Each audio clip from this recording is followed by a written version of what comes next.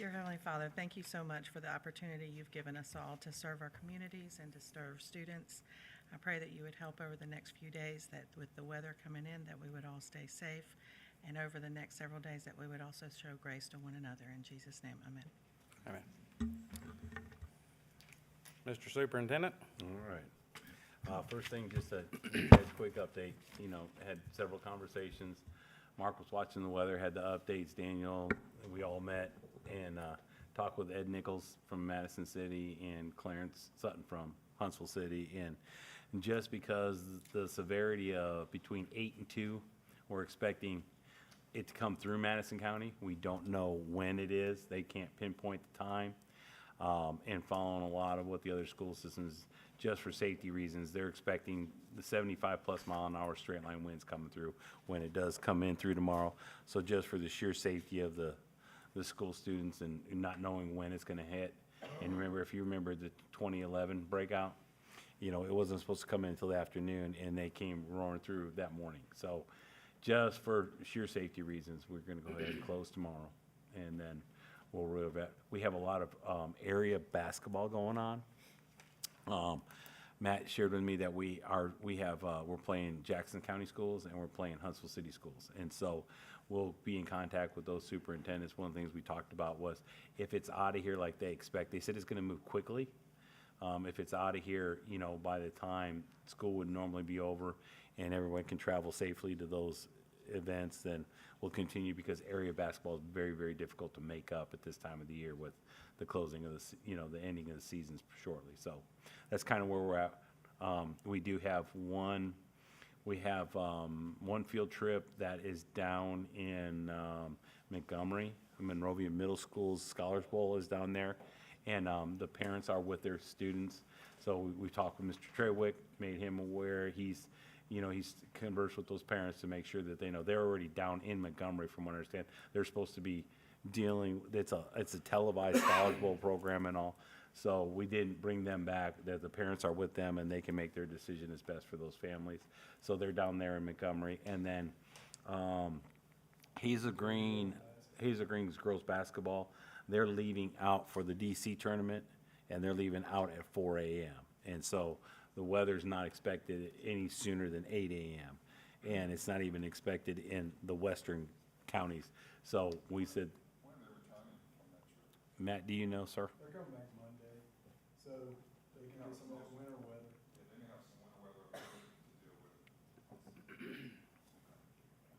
Okay, but those are the only ones that we have to worry about. Is we have the Monrovia Middle Group, we have the Hazel Green girls basketball team. Everyone else is secure, and we have a plan. Now we're supposed to start our middle school basketball tournaments are supposed to start this weekend. It shouldn't impact at all Saturday,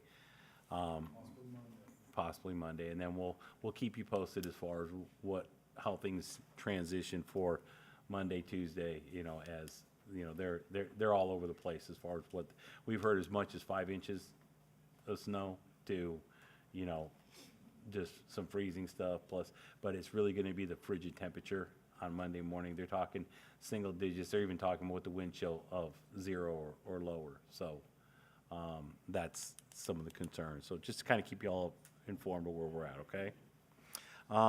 As far as the athletic policy, Mr. Rogers went over quite a bit the last board meeting. You have in front of you copies of the changes. You have the strike-throughs for what would be deleted, and the green highlights are for what would be added. What I wanted to do is make sure that you guys have seen this again, and at this time, if there was any questions that you had, he covered it at length from what I understand at the December meeting. And so I just wanted to let you guys have this. If you have any questions for him this evening, he's here to answer them. Otherwise, if you have any other questions that as you're looking at this and you see something, if you want to just reach out to Matt and ask him about it, he'll be happy to clarify anything about that. So I'll give you a minute just to kind of peruse that. But these are what was discussed. And then we'll bring this back for you. We'll get this to policy review, and then we'll bring it back to you for approval. So,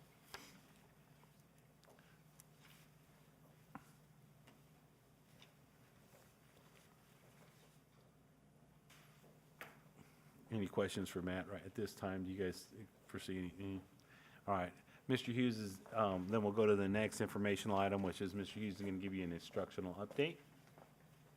Is there a clicker to go through? Is there?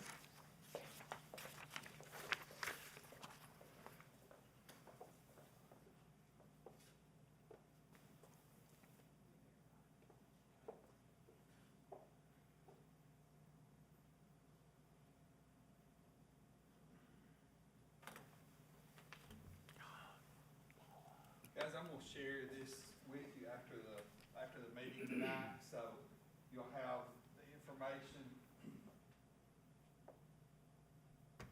And like Ken said, if you have any questions about it, feel free to email me or reach out to me, and I'll be happy to. I didn't see one, of course, I'm. You need to grab one?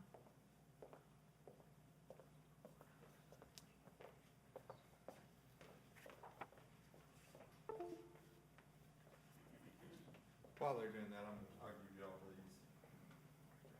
And we can go and start. Assembly disappeared. Yeah, I can do that part by me. apps have been taken off. Oh, we got it going? Oh, okay. Good deal. And even if you download it, it kicks it right. All right, so the first thing you've got there, Mr. Bird, I think you had kind of asked about the virtual, some of the things that they do to combat cheating. I've got 4 things that they're currently doing, and I'm not gonna read to y'all. If you want me to, I'll be happy to, but I don't think anybody up there wants to do that. There's 4 things that they're currently doing. The thing that they want to add in the future, and we'll have to look at staffing, they want to add an aid and have all students come in to take the test. So right now, they have to come in and take final exams, but they want to add a policy that, so that when you get to the point where you've got your lessons done, that you actually come in and take the test. And so we have to have a proctor to kind of have a testing room and have that going. So that's the one policy that I think would help. Now with the work, you can see above there, they're using some AI technology to find where people are copying from internet. And again, you've got these same policies on your page, and then I'll share this presentation with you after so that you'll have any information, okay? And again, if you have any questions, don't hesitate to reach out to me.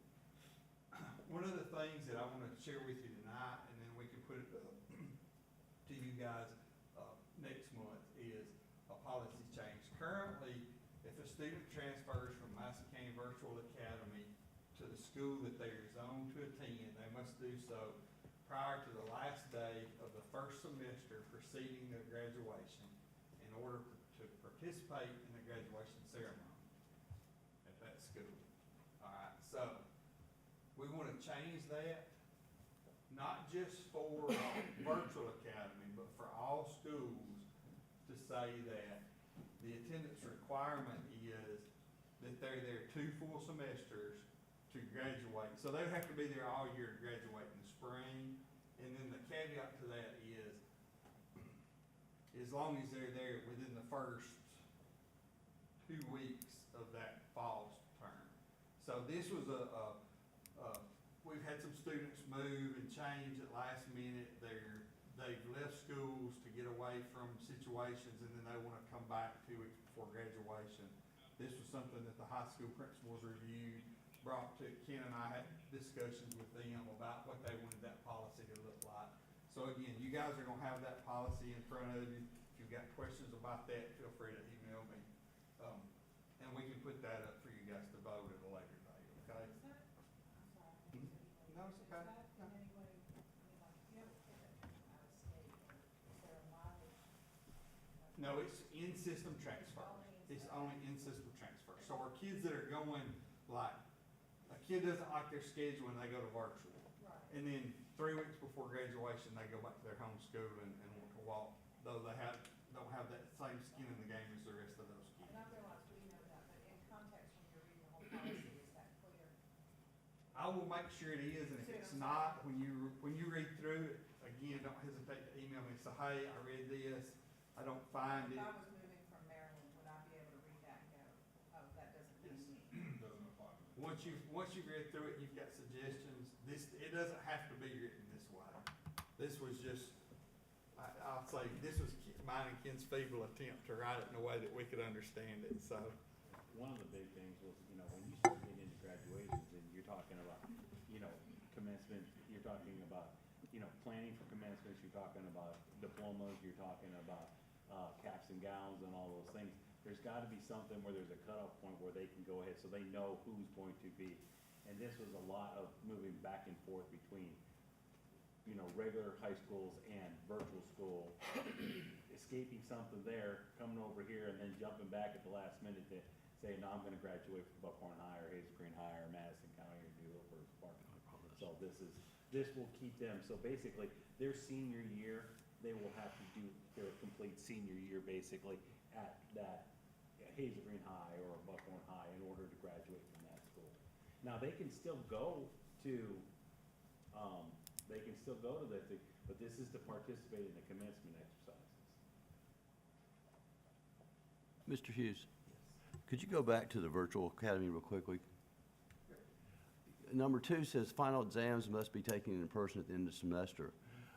Are we exempting students from final exams? Because let's say I'm a kid taking Algebra 2, and I'm taking every exam with you, me, Mr. Cubic, 5 other buddies on a phone tree, and I got an 85 in that class. Am I gonna take that final exam? If you meet the requirements like the other schools, no, you wouldn't. And that's a pretty high percentage of the kids, isn't it? It is, yeah. So Well, it depends on the class, but overall. Yeah, so in other words, let's be realistic, that into itself is going to be very little to be a QA check on kids who are cheating. Because if they're cheating, by and large, they're cheating and they're getting a good grade. And they're probably showing up with the attendance Well, there. that's just for final exams, but if you look at, like, number 1's not just exams. Oh, I get that. Yeah. But I'm just trying to figure out how to get a quality of check on a kid who's, you know, I'm taking Algebra 2, you know, my buddy Ken Cubic was over here, and you and I were all doing kind of group work on every exam, because, you know, we know how to use a phone, get on group calls. And you know, I got an 85, and I got attendance, then there is no quality assurance here. Well, I guess I would argue, Mr. Byrd, that kids have been cheating since me and you were in school. Oh, I don't disagree, and I know that's for a fact, but I also know that we have to come up with reasonable ways to try and stop it. And I like the future policy, and I understand that may require an A and all that, but that because of our exam exemption policies, and I'm not saying we should change them, that has little impact. Well, if there's things that you see that you think can be added to that list, you can bring those to me, and I can talk with Mr. McMicken, and we can add those. If you or any of you guys come up with ideas that you think would help with that, be happy to look at those with Scott. Is Scott still blended learning? And he, you know, and there's more attendance at the virtual school, like they come in twice a week now. And with the coming in to take all exams, and one of the things that, you know, Scott had mentioned was talking about not necessarily hiring an aide, but possibly getting just a proctor, like a retired teacher to come in. So that's someone that could also, you know, help kids if they need to, but it could be under a contract thing just for proctoring the exams. But bringing them in for all exams, the blended learning where they're coming in for basically 3 hours a week. So the teachers are getting to actually put, the ones that are pure virtual actually have to meet a higher standard that is like where they are really accelerated and they're moving on. Everyone else is going on a blended program. So he's looking at ways to monitor, have more contact with teacher-student contact, so the teachers can put hands on students and see what's going on and actually have that interaction so they can kind of get a feel for if some of these things are going. And I realize that cheating is an ongoing problem. It's something that, but it's also a problem that we cannot say, well, what happens, let's just walk away from it. And I like the idea that you're saying that all exams, not just final exams, but all No, exams. it's all, and it's not just, it's all tests. So anytime that a student comes to the end of a unit, the end of a chapter, a checkpoint, they're gonna come in to take the test. Yeah, like I said, that to me makes sense, and I think that's a step forward, and I realize that requires, but a final examination, we have the same exemption policy for virtual, basically what we'll end up having is large portions of our kids who cheat will slip through the cracks as is. Well, again, if they're coming in, you know, you're talking about with them having to come in and actually take proctored exams, it's gonna be different than them sitting at home taking. And this exams. will be next year. So, Yes, these are steps we're looking at for next school year. so just remind me, currently, if they take their exams online, I mean, they take them online? They can take their test online, not their final exam. but Okay. They can take their test online, but they have to come in to take their final exam. So how we looked at any kind of, if you wanted to keep them remote, is there any kind of virtualized proctoring that we could just monitor? Is there some tools out there that wouldn't have to come in, but we can still proctor those tests? There are, and that just have to be a kind of a push-pull, I guess, among the board, because I think some of you would want that, and some of you would say it's too easy to cheat, so we would have to come up with maybe a compromise there. Yeah. Mr. Curry, one of the things that Scott had shared with me, and Alex, you can correct me if I'm off on this, but he was talking about what they're calling stacking. So by stacking, you would be able to, you would come in on a day that you might take 4 exams, and it may be all 4 cores. So you wouldn't come in necessarily just like to have to make 4 separate trips. You could, I mean, you know, where you're at in your progress, but you could stack them so like you could plan for next Friday, you were gonna come in and you were gonna take English, math, science, social studies, and history, you know what I mean? And so to arrange for that time as far as when you're coming in and not, you know, or you could stack 2, or you could, you know, do them one individually. So it's kind of like letting that child be able to set their own plan, but giving them an option where they could, you know, you could do 4 at a time and. And under his plan, they're gonna have to come some anyway, so they can do that while they're there.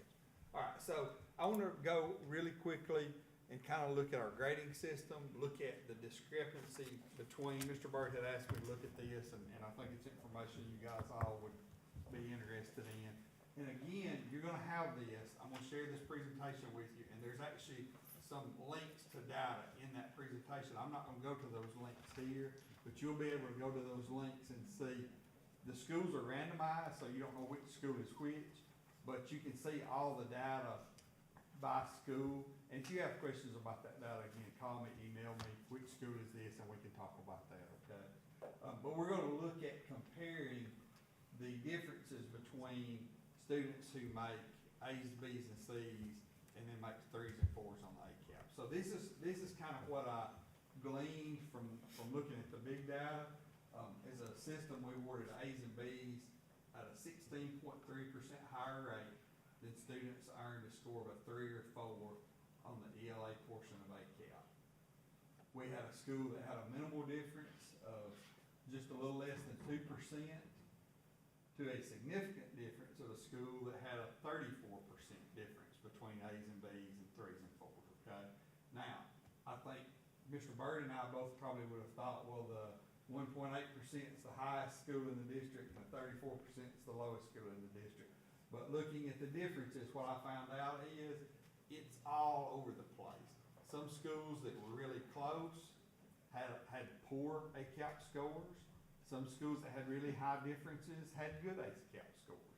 But then transversely, Bill, some of the schools that were really close also had good ACAP scores. I thought there would be a good correlation there, and there was not. They ranged all over the place. And again, you'll have that data. Thank you. Here's the math difference. As a system, we awarded A's and B's at a 29% higher rate, so you can see that in math, that gap's even bigger. We gave even more A's and B's compared to the 3s and 4s. Again, we had a school that had a very insignificant difference of 3%. We had a school that had a difference of 59%. So again, that's a huge number of students who were awarded A's and B's versus made 3s and 4s. Again, I could not find a relationship. There's no relationship to high grading correlation and higher achievement on ACAP scores. The highest performing school did not have the highest correlation. There were several schools that had poor correlation and still had high ACAP scores. So again, it wasn't the cause of the poor data. So on this slide, when you guys get to this slide, the green portion is gonna be a link. You can click on that, you can see the school, you can see the percentage of poverty at that school, you can see the percentage of A's and B's, and then you can see the percentage of 3s and 4s. So you can go across and then you can see there'll be a difference column that'll show you that as well. And it shows schools with grades 3 through 8, because this correlation that I'm doing tonight is just about ACAP scores. So it's just schools with ACAP, so high school's not gonna be included in that. Alright, so I don't want y'all to answer this, but I want us to be thinking about over the next couple of months, what do we want our grades to represent? I started this dig to kind of see what we need to fix as far as getting the grades more correlated to the ACAP scores. But really what I found out is, what do those grades represent? What does that number grade mean? And what do we need to do to fix that difference? Or be more accurate in our reporting to parents. I think that becomes the bigger issue at this point. Not fixing the ACAP scores with grades, but becoming more accurate in what we give back to parents. One of the things that many systems are doing, one of the things that we're looking really hard at, and we've had quite a bit of training on for our teachers, is going to a standards-based system. Now, what I want to do, and what the instructional department is going to do, is going to come up with a plan, what that would look like, what that transition would look like. And again, over the next couple of months, I'll share that plan with you. We'll work together to try to tweak it. That may be something that we want to do. It may be something that you guys look at and go, no, we don't want to do it. But I think you need to be able to see like what that would look like so that you can make that decision. So the purpose of that would be for parents to be able to see standard by standard as opposed to having an average. Right now, what you've got is a number average of all the standards in a subject. A standards-based report card would be very specific. Each standard that we're teaching, if your student has mastered those specific standards or not. And again, I've already said this, but I think the reason we look at making that change is so that as a parent, we have a more accurate description of where our child is at. And I think we could be more accurate with that. For the 24-25 year, I think that we would look at coaching and training on standards-based grading. We would learn to use our learning management system so that, because you can put standards in there and grade based on those.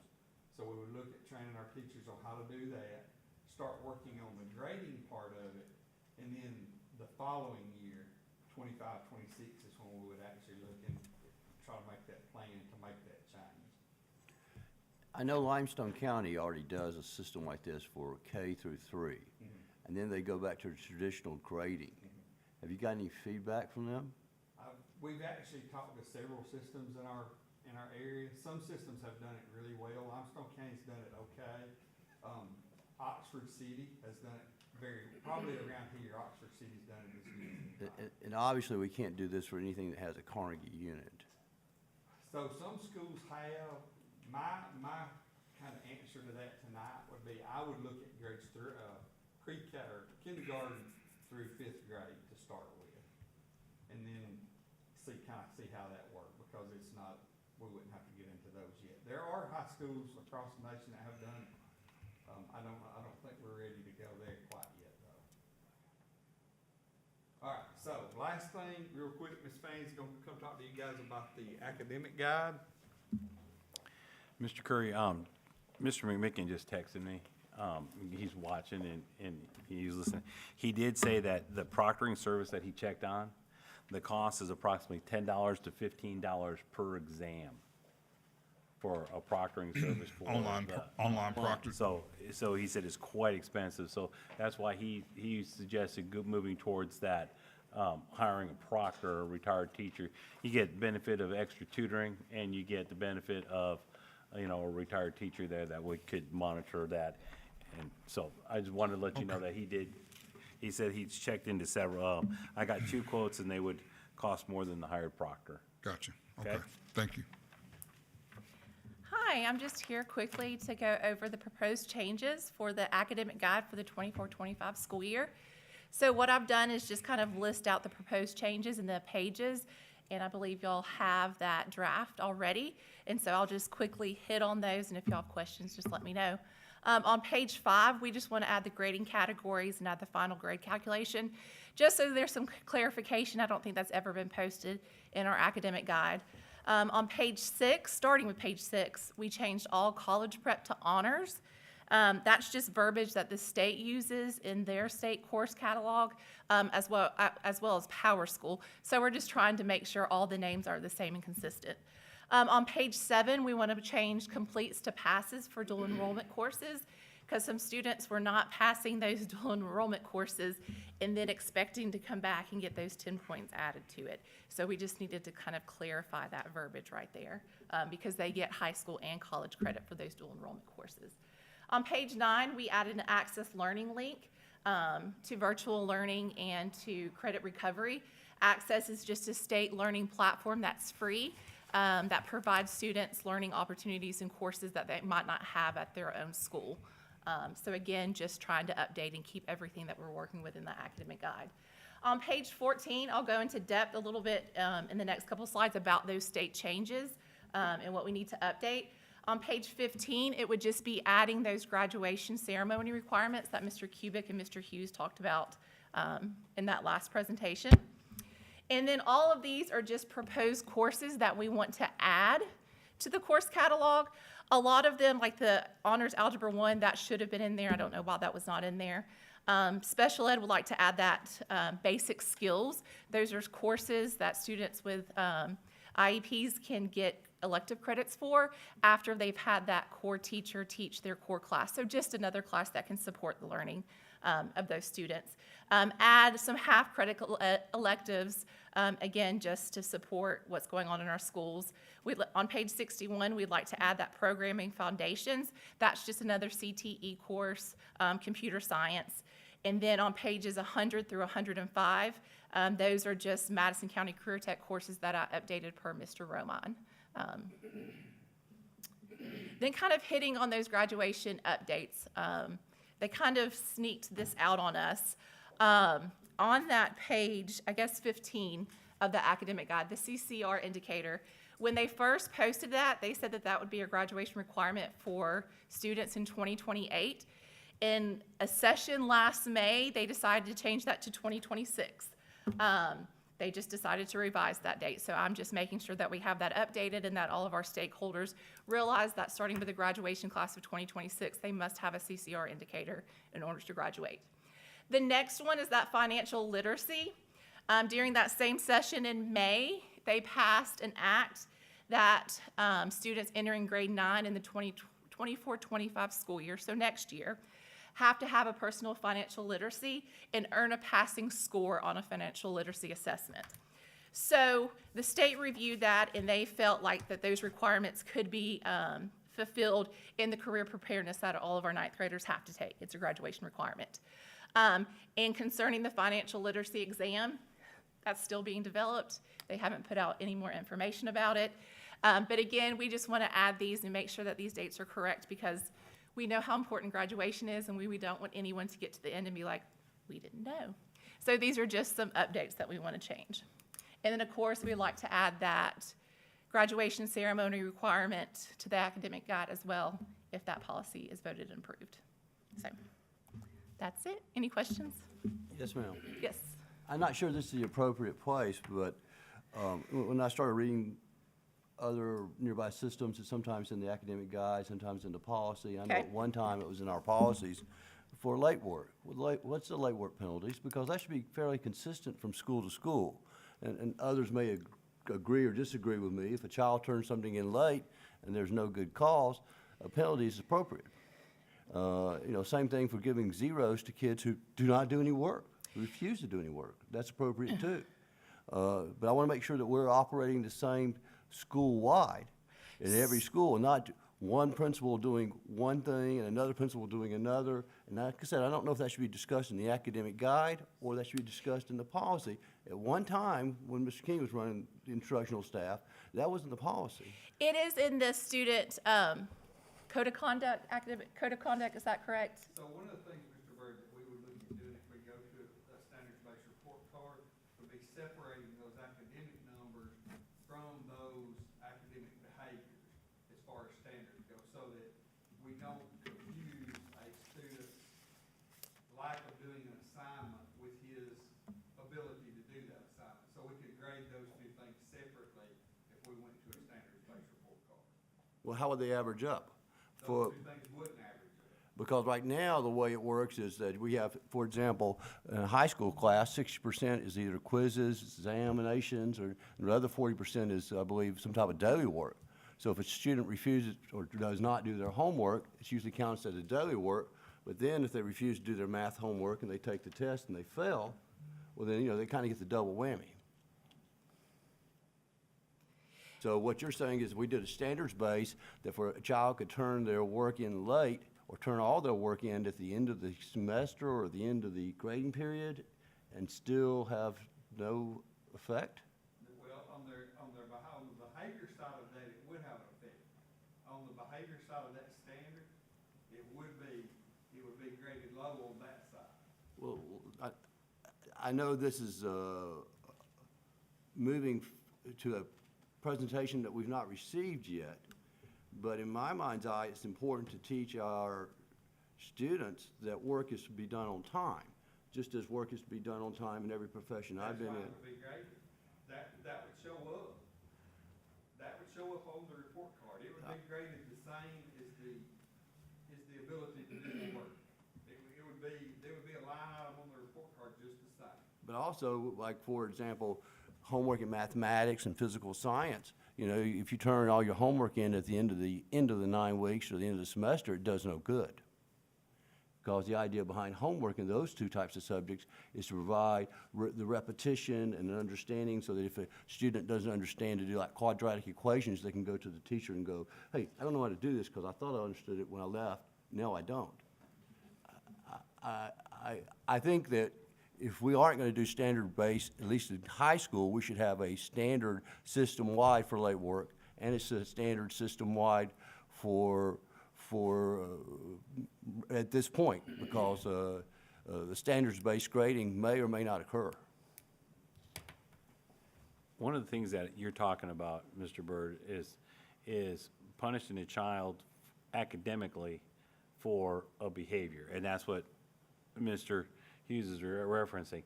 And so I think when we're talking with our leaders of our schools, it's going to be important to get them together to figure out where they sit on this and how they view that and how they want to address that. Whether, what Alex is talking about is having a behavioral grade, because what it is you're knocking, and this has been a debate the entire 30 years I've been in education. This has been a debate, whether it's like, do you don't put your name on your paper, that's a 5-point deduction. You turn it in a day late, that's a 10-point deduction. And they've been all over the place. Even when I remember my great mentor, Dr. Nash, when he was here, is like, when you give a child a 0 for not doing something, you've basically issued them a grade. And you're saying the child earned a 0 on that. It has nothing to do with whether that child actually knows anything about that or did the work. And so I think what they're talking about is one of the things by going this approach, we can look at a behavioral section that the parents are going to have to talk about.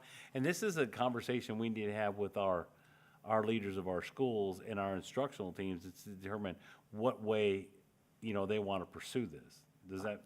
I don't disagree that we should have a conversation. But if a child refuses to do any work at all, then they certainly deserve a 0. You're talking about they refuse to turn anything in at all. Right. And for example, for physical science and mathematics, if your child is taking an AP algebra class and they decide to do all the homework the night before and turn it in, it does them no good.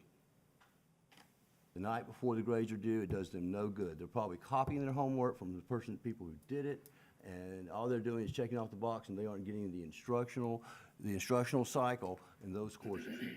I definitely agree with you that whatever we do is systematically, it needs to be across the board for all of our schools. Yeah, and it But I should think be, that they need to be involved in those conversations as to how it needs to be treated, and that's something our instructional team can look at moving forward. And I look forward to seeing that, but it's something that should be either in the academic guide or in a board policy.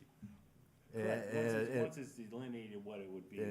Yes, and it should not be something that one principal decides, you know, Mr. Cubic, you decide to do something at your school, Mr. Jones decides to do something different at his school slightly, I decide to do something a little bit differently in my school. It should be roughly uniform, system-wide.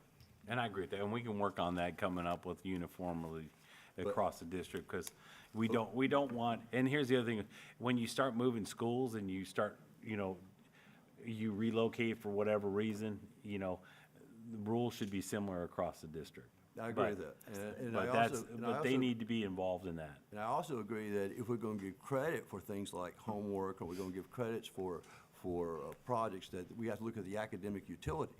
If I assign a child homework to do factoring quadratic equations, and he turns it in to me that week that we are discussing that, I, as a teacher, could evaluate whether that child understood it, and if he didn't understand it, I could give him remedial help. Having the ability for that child to copy their homework and turn it in mass at the end of the 9 weeks or the end of the semester does not help that child learn that skill or any other. And I don't disagree with you with that statement, and it's also not fair to the teacher to have to grade someone's work in a big giant pile at the end of the, That's you know, right. quarter semester, whatever it is. And that's not correct either, but I think this is an issue that we don't have to solve tonight, but let's leave this discussion with the following, that the instructional staff will develop an issue in conjunction with the principals and the high school level, middle school level, and elementary school level. We may need different standards for an elementary school, maybe different standards for middle school, and different standard for high school because the students are more mature. And we may even need different standards for different subjects. You know, for an art project that costs 30%, can maybe turned in late with less, but the academics for your physical sciences and math, they have to be, they build upon each other. So if a child misses what's instructed in the first week, they're gonna have to learn twice as much the second week, 3 times as much the third week, and we have to keep that idea of a steady strain on those subject matters for them to understand what's going on. All right, anything else? All right, thank y'all. Thanks, Ms. Fanning. You ready to move, sir? Yes, sir. Computer service, job description? Yes, sir. Okay, I sent you all a copy of the job description for the IT supervisor. One of the things that we're looking at is, and Cindy, since this has got something, you know, this is safety and security and cybersecurity, is this something we could go to executive session, we'll quickly discuss? Yes, or you could hold this, and you do have an executive session on your, you have to be in special session to go into executive session. Okay. So you could table this until the end of the meeting when you have an executive session. And talk about it then? cover it Is at the that board, point. are you okay with it, That's Mr. very President? Yeah. Does that work for y'all? Okay. So we're let's gonna do that. so we're gonna discuss this In the, in executive session. Okay. Because of this because of the safety and security of it and the safety of the nature of the position and what it Okay. does. Okay? All right, to the special So we're session. done. Yep.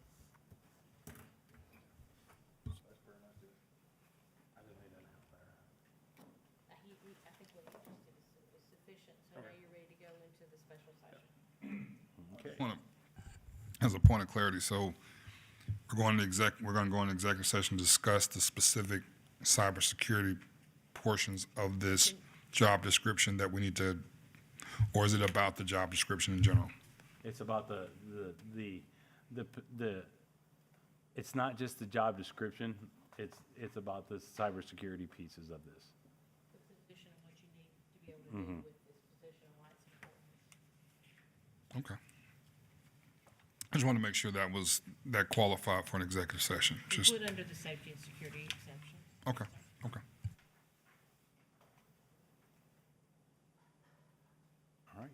ready, sir? I recommend approval of the agenda dated January 11, 2024. Second. I have a motion and a second. Any discussion? All those in favor? Aye. I recommend approval of the minutes dated December 14th, 2023. Second. I have a motion and a second. Any discussion? All those in favor? Aye. Aye. Administrative items? Yep, I recommend approval of the Career Textbook Adoption Committee as submitted. Second. I have a motion and a second. Any discussion? All those in favor? Aye. Aye. I recommend approval of the contracts for services as submitted. Second. I have a motion and a second. Any discussion? All those in favor? Aye. Aye. Aye. I recommend the termination of employee number 1 and employee at Meridianville Middle School effective January 12, 2024. Motion. Second. I have a motion and a second. Any discussion? Angie second. All those in, all those in favor? Aye. Aye. I recommend approval of the personnel items as submitted. Second. We're going, I'll slow down. I have a motion and a second. All those in favor, any discussion? No addendum, correct? There is no addendum in. That's what I was gonna make sure. Thank you. All those in favor? Aye. Aye. Aye. And I recommend approval of the supplemental contract as submitted. Motion. Second. I have a motion and a second. Any discussion? All those in favor? Aye. Aye. Aye. So at this time, I need a motion to go in executive session for a student matter. And do we need to announce that though? Motion. Second. I have a motion and a second to go in executive session. Any discussion? Now, all in favor? Aye. Aye. Aye.